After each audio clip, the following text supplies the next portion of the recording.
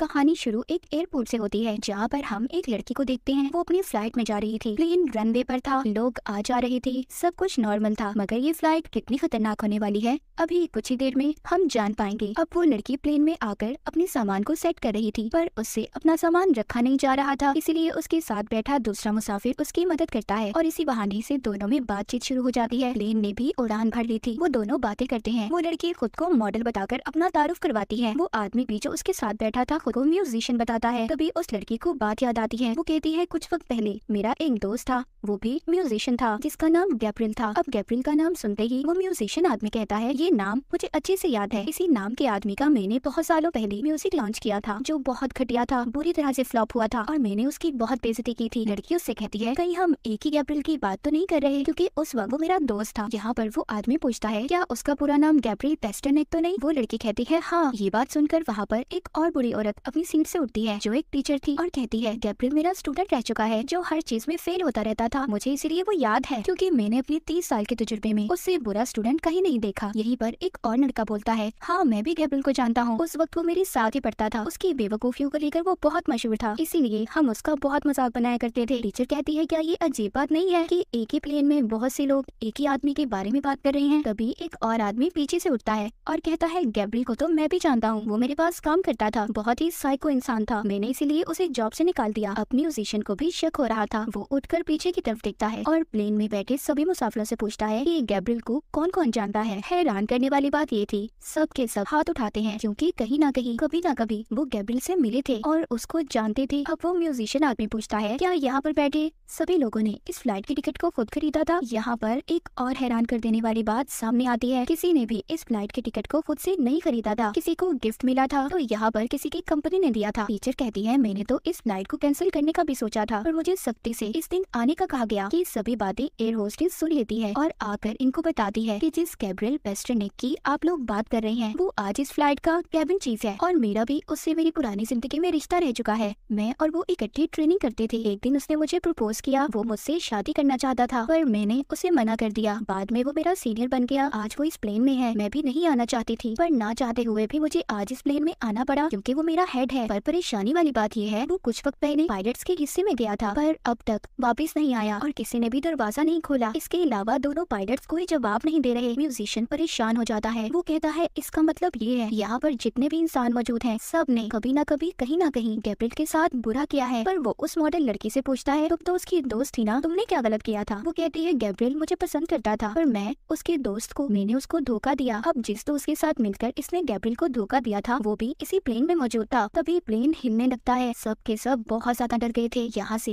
एक बूढ़ा आदमी उठता है और पायलट के हिस्से में जाकर गैब्रियल को आवाज देता है, कहता है, प्लीज दरवाजा खोलो। वो यहाँ पर खुद का गैब्रियल से रिश्ता बताता है कि मैं एक दिमाग का डॉक्टर हूँ। जब गैब्रियल सब चीजों से परेशान हो गया, तो वो मेरे पास अपना इलाज करवाने आया करता था, पर बाद में मैंने अपनी फीस बढ़ा दी और फिर गैब्रियल ने मेरे पास आना भी छोड़ दिया। लेकिन मुझे उसका इलाज करते हुए पता चला उसके दिमागी हालत उसके माँ बाप की वजह से खराब थी, क्योंकि उन्होंने कभी उसके साथ अच्छा सलूक नहीं किया।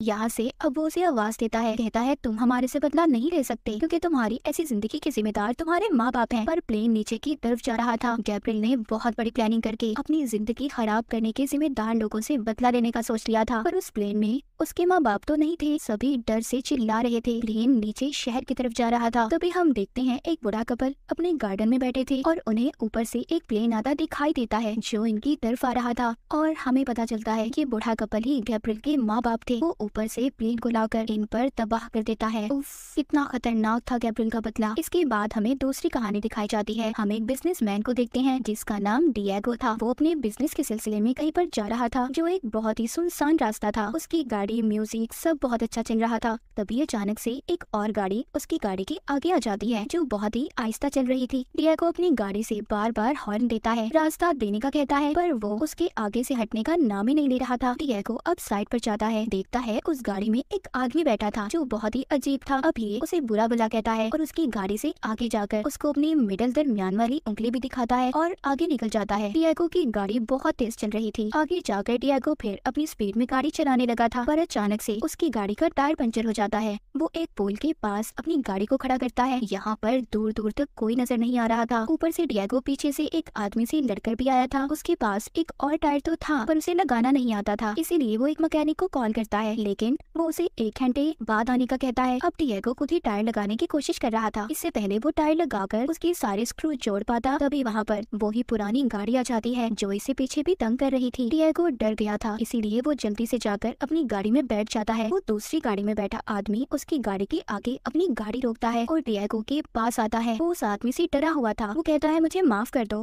मुझे तुम्हें बुरा भला नहीं कहना चाहिए था। पर वो आदमी बहुत गुस्से में था और रेंच लेकर उसकी गाड़ी का शीशा तोड़ने लगता है। डिएगो बहुत डर गया था। वो पुलिस को भी कॉल करता है पर नेटवर्क नहीं आ रहा था। उस आदमी का शीशा तोड़कर दिल नहीं भरा था, वो और भी उल्टी सीधी हरकतें कर रहा था। डिएगो को ये सब देखकर बहुत बुरा लगता है। जब वो आदमी अपनी गाड़ी में बैठता है, ये पीछे से आधी लगे टायर से ही अपनी गाड़ी स्टार्ट करके उसकी गाड़ी को धक्का मारता है, जिससे उसकी पुरानी गाड़ी पूल में जाकर गिरती है और वो भी जख्मी हो गया था। फिर डिएगो वहाँ से जाने लगता है, पर अभी भी उसका गुस्सा ठंडा नहीं हुआ था। वो दोबारा से अपनी गाड़ी उस आदमी की तरफ मोड़ता है और उसे मारने की कोशिश करता है। इससे पहले वो कुछ कर पाता, डिएगो का टायर खुल गया था, उसकी गाड़ी भी पूल में जाकर गिरती है। वो आदमी अब इसकी गाड़ी में आकर इसे बहुत मारता है और सीट बेल्ट से इसका गला भी बांध देता है। उस आदमी का गुस्सा अभी शांत नहीं हुआ था। वो पेट्रोल टैंक में आग लगा देता है ताकि डिएगो वहीं पर मर जाए। जैसे ही वो जा रहा था, डिएगो पीछे से आकर उसकी टांग को पकड़ लेता है, जिससे दोनों ही गाड़ी में फंस गए थे। वहीं बाहर अब तक डिएगो का मैकेनिक भी आ गया था, लेकिन तभी वहाँ पर एक जोरदार धमाका होता है जिसमें डिएगो और वो आदमी मर गए थे। जब वो मैकेनिक पुलिस को बुलाता है, वहाँ पर आकर वो लोग आग बुझाते हैं तो देखते हैं गाड़ी में उन दोनों के स्केलेटन ढांचे ही बचे थे। जैसे ही वो दोनों बैठे थे, पुलिस ऑफिसर उन्हें देखकर कहता है शायद दोनों एक दूसरे को बचाने की कोशिश कर रहे थे, पर ये नहीं जानते थे कि दोनों ने बदले की आग में एक दूसरे को खत्म कर दिया था। तो ये सबक हम सब के लिए है कि अगर हम अपनी जिंदगी में छोटी छोटी गलतियों को नजरअंदाज कर दें तो हम बड़ी मुसीबतों से बच सकते हैं। जैसे डिएगो अगर उस पागल आदमी को नजरअंदाज कर देता तो आज उसके साथ ये सब कुछ ना होता। इसके बाद हम तीसरी कहानी को देखते हैं, साइमन नाम के एक इंजीनियर की कहानी जो बड़ी बड़ी बेकार बिल्डिंग्स को बॉम्ब लगाकर उड़ाया करता था। आज एक आम सा दिन था। साइमन को उसकी वाइफ की कॉल आती है जो उससे कहती है कि आज तुमने घर केक लेकर आना है क्योंकि हमारी बेटी का बर्थडे है। अब साइमन एक बेकरी के पास अपनी गाड़ी को रोकता है और केक लेने चला जाता है, लेकिन इसी दरमियान उसकी गाड़ी कंपनी वाले ले गए थे क्योंकि उनका मानना ये था कि उसने गलत जगह पर अपनी गाड़ी को खड़ा किया है जहाँ पर खड़ा करने की इजाजत नहीं थी।